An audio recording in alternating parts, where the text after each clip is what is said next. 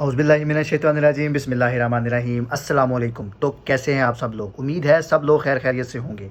तो आज हम बात करेंगे एम्बेसी के मुतल्लिक और इसके साथ साथ हमने आपको अपडेट देनी है उम्रा वीज़ा के मुतल्लिक। जो बहुत सारे कमेंट्स मैं देख रहा हूँ इसके बारे में भी आए हैं, उनके बारे में भी गुफ्तगू करेंगे और शामिल करेंगे उन भाइयों के कमेंट्स जिन्होंने मेरी लास्ट वीडियोज़ में किए थे। तो अगर आप मेरे चैनल पर नए हैं तो मेरी आपसे गुजारिश है कि मेरे चैनल को लाइक शेयर सब्सक्राइब ज़रूर कर लिया करें। और ये वीडियो लंबी हो सकती है क्योंकि मुझे क्वेश्चन पढ़ने होते हैं, उसके बाद आंसर करने होते हैं और इसके साथ साथ आपको बीच में अपडेट्स भी देनी होती है। और अगर किसी का कमेंट मैं पढ़ता हूँ तो फिर मुझे बाद में उसको एनालिसिस करके उसके बाद उसका जवाब देना होता है। तो आपसे गुजारिश है कि वीडियो को आखिर तक देखा करें। सबसे पहले वीडियो के शुरू में ही अनाउंसमेंट मैं कर रहा हूँ कि जिन भाइयों का वीज़ा आज लगा है वो लाजमी नीचे कमेंट करें एक लाइन में कि उन्होंने डॉक्यूमेंटेशन सबमिट कब करवाई थी और क्या उनका वीआईपी सिस्टम था या फिर उनका नॉर्मल प्रोसेस था। ये लाजमी वो कमेंट करें और ख़ासकर वो भाई भी कमेंट करें कि जिनकी आज के दिन में डेट चेंज हुई है, वो भी लाजमी नीचे इन्फॉर्म करें। ये वीडियो के स्टार्ट में कह रहा हूँ, पहले मैं आखिर में कहता होता हूँ, लेकिन अब मैं कह रहा हूँ कि इसको स्टार्ट में कवर किया जाए। ये लाजमी आप बताएं। अब हम बात कर लेंगे एम्बेसी के बारे में। तो जो ऑब्जेक्शंस लग रहे हैं वो नेवटेक के हैं कि जो नेवटेक ऑनलाइन नहीं हो पा रहा। देखें, वो उन भाइयों के ऑब्जेक्शन लगे हैं, वो भाई मुझे नीचे कमेंट में बताएं भी कि जिनका कुछ सिस्टम ऐसा वीआईपी सिस्टम के थ्रू काम हो रहा है या जिनका जो कफ़ाला है या जो उसको वकाला बोलते हैं वो वकाले का कोई इशू ऐसा चल रहा है। ये ऑनलाइन सिस्टम में ऐसा आया है कि उनका वो ऑनलाइन नहीं शो होता। जब वो दोबारा जाते हैं तो दोबारा वो करवा के आते हैं तो ही ये इसका हल है कि वो ऑनलाइन शो होता है। अब बात कर लेंगे हम उम्रा वीज़ा के बारे में। और उम्रा वीज़ा के बारे में ये अपडेट दी जा रही है, बहुत सारे ऐसे अपडेट सुनने को मिली हैं कि ये बंद हो चुके हैं। देखें, उम्रा वीज़ा बंद नहीं हुए, उम्रा वीज़ा का प्रोसेस स्लो है, लेकिन ये आहिस्ता आहिस्ता इसकी तरफ जा रहे हैं। वैसे तो डेट 14 अप्रैल तक रखी है सऊदी एम्बेसी ने, लेकिन बात यह है कि 14 अप्रैल से पहले पहले ही, यानी कि शवाल जैसे शुरू होना है उससे पहले पहले ही उम्रा वीज़े की अप्लाई ये बंद हो जाने हैं। इसके साथ साथ एक और भी अपडेट है कि जो वर्क वीज़ा है ये भी अब इसका सिस्टम ऐसा है कि ये भी तकरीबन बंद हो जाएंगे क्योंकि हज का जो सीज़न है वो शुरू हो जाना है और हज के सीज़न में ये वकाले नहीं बनेंगे। इसके साथ साथ ये जो अक़द अमल है इसका प्रोसेस भी रुकेगा। तकरीबन ये सारी चीज़ें हैं ये स्टॉप होनी है। अब कैसा है सिस्टम, क्या चल रहा है कि जो आपके एजेंट्स हैं वो भी आपको यही बोलेंगे कि अभी क्या होगा कि उम्रे वीज़ा का इशू है, इसके बाद साथ साथ क्या है कि जो वर्क वीज़ा इसका भी मसला आएगा हज की वजह से, क्योंकि जाहिर बात है कि वकाला नहीं बनेगा तो आपका वीज़ा इशू नहीं होगा, स्टैंप नहीं होगा। तो ये सारा है। अब जो भाई हैं वो इधर कर जाएँ स्टॉप, इसलिए क्योंकि थोड़ा सा वो वेट कर लें। बाकी दूसरे तस्वीर के मुताबिक वकाला तकरीबन 30 दिन में आपका ये सारा सिस्टम हो जाता है। मगर हज की वजह से, हज का इतना ज़्यादा रश होने की वजह से इन वीज़ों पर भी इफेक्ट आना। देखें, अकेले पाकिस्तान की बात नहीं है ये, इसमें इंडिया है, इसमें बांग्लादेश है, इसमें मलेशिया है, स्वीडन है, इजिप्ट है, बहुत सारे ममालिक इसमें शामिल हैं। तो जहाँ पर इतने ममालिक शामिल हो जाएँ तो ज़ाहिर बात है वर्क वीज़ा पर इसका इफ़ेक्ट आना है। तो उम्रा वीज़ा का इस इशू सिर्फ पाकिस्तान में नहीं है बल्कि दूसरे ममालिक में भी ये देखने को मिल रहा है। अब कैसा होता है कि कुछ एजेंसीज़ हैं जिनका हाथ पड़ता है, वो इसको इशू करवाने में कारआमद साबित हो जाती हैं। ये बंद नहीं हुए हैं, अगर कहता है बंद होंगे तो ये बंद नहीं हुए, अभी ये खुले हुए हैं। 14 अप्रैल तक इन्होंने डेट दी है, मगर ये है कि थोड़ा सा प्रोसेस इसका स्लो कर दिया गया है, वो इसलिए कि अब ये आहिस्ता आहिस्ता बंद होने की तरफ जा रहे हैं। तो ये एक आपको अपडेट देनी थी। अब शामिल कर लेंगे उन भाइयों के कमेंट्स जिन्होंने मेरी लास्ट वीडियोस पर किए थे। असलान तारिक पूछते हैं इलेक्ट्रिकल डिवाइस मेंटेनेंस का वीज़ा है, कराची एम्बेसी भेजा है, नेवटेक मेडिकल अक़द अमल सब ओरिजिनल क्लियर है, डिप्लोमा या डिग्री का कोई इशू तो नहीं होगा। देखें भाई, ऐसा कोई इशू नहीं होगा, आपकी सारी चीज़ें क्लियर है या आपका वीज़ा स्टैंप ही होगा, इंशाल्लाह देख लीजिएगा। इसहाक खान फैमिली इस्लामाबाद गई थी सिंगल एंट्री वीज़ा स्टैंप कराने, वो नहीं प्रोसेस कर रहे, कह रहे हैं हज तक नहीं होंगे प्रोसेस। जी हाँ, ये आपकी बात बिल्कुल ठीक है। इस्लामाबाद एम्बेसी जो है वो बिल्कुल भी फैमिली विजिट वीज़ा जो है सिंगल एंट्री वाला उसको स्टैंप नहीं कर रही, क्योंकि मैंने पहले बोला है कि हज का सीज़न तकरीबन ये शुरू हो गया है और उम्रा वीज़ा 14 अप्रैल तक है और वर्क वीज़ा जहाँ तक 14 अप्रैल तक है। तो single entry family visa embassy stamp नहीं करती। आपको कहता है जी इशू हो जाते हैं, और भाई इशू हो जाता है वीज़ा। बात यह है कि आपने उस मुल्क से इस मुल्क आना है, बेसिक तो आपको स्टैंप चाहिए ना, तो वो एम्बेसी नहीं कर रही। डेट चेंज हो जैसे तो वीज़ा आने में कितना टाइम लगता है सर? लेकिन वीज़ा आपका आ चुका होता है, डेट चेंज के बाद इसका मतलब होता है कि आपका वीज़ा अंडर प्रोसेस है, वो स्टैंप होना होता है। तो वो 3 से 5 दिन लग जाएंगे आपका वीज़ा स्टैंप होने में। वीआईपी प्रोसेस है तो देर लग सकती है। रहील खान एजेंट बोल रहा है कि क्लाइंट के लेटर का मसला है, अभी तक वीज़ा नहीं लगा, 1 मंथ हो गया है। भाई कौन से क्लाइंट के लेटर का मसला है? आपने कैटेगरी मेंशन नहीं की, ना चीज़ों का पता है। तो फिर इसमें ये कमेंट पढ़ने का मकसद इसलिए भाई कि मैं वो कमेंट स्किप कर देता हूँ जिसमें कैटेगरी नहीं लिखी होती।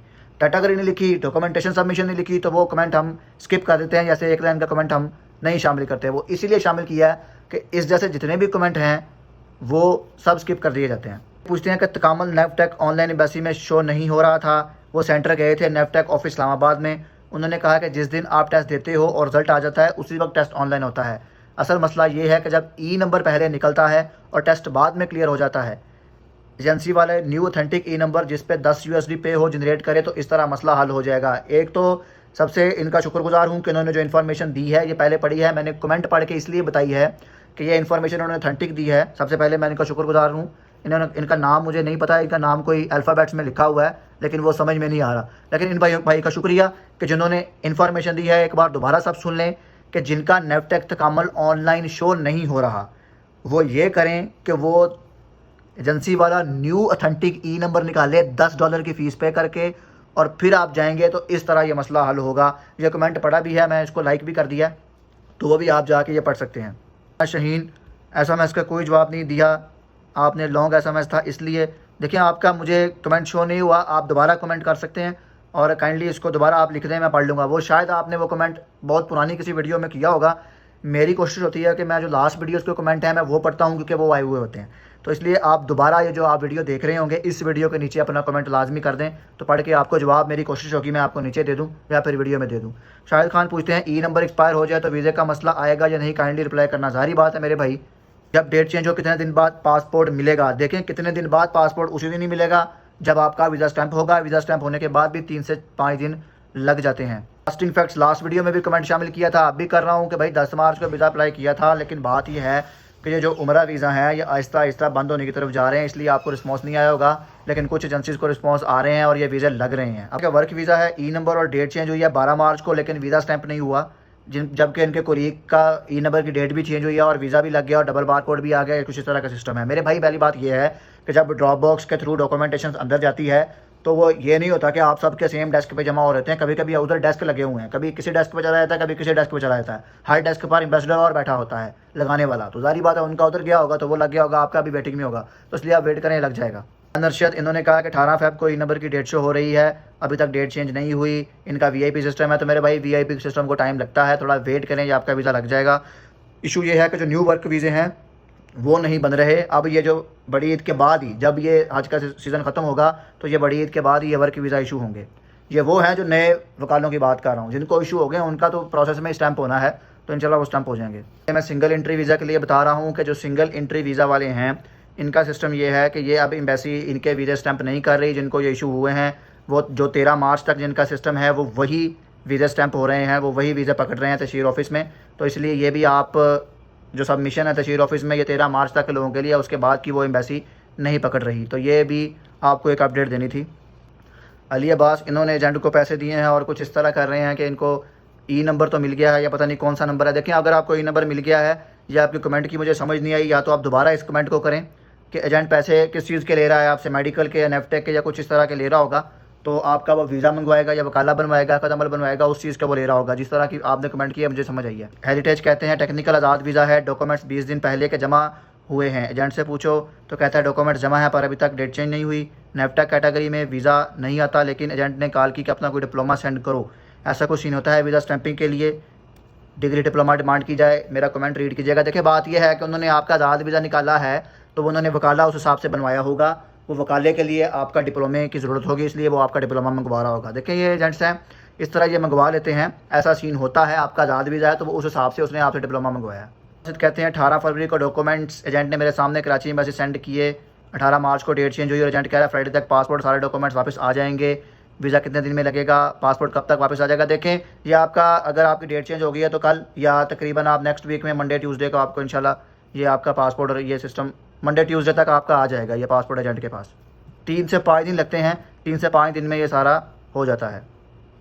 VIP में कितने दिन में लगेगा, देखें ये आपको पहले भी मैं बता चुका हूँ। जितने भी VIP वाले लोग हैं आप थोड़ा इंतज़ार करें, आप 2-2 हफ्ते से आपको डॉक्यूमेंट्स जमा होते हैं। देखें 1.25 महीने 2-2 महीने बाद जाकर भी वीज़ा लगता है, तो इसलिए थोड़ा सा सब्र और अमल का मुज़ाहरा करें। वेट आपको करना पड़ेगा, ज़रूर करना पड़ेगा, इसमें कोई इस तरह नहीं है।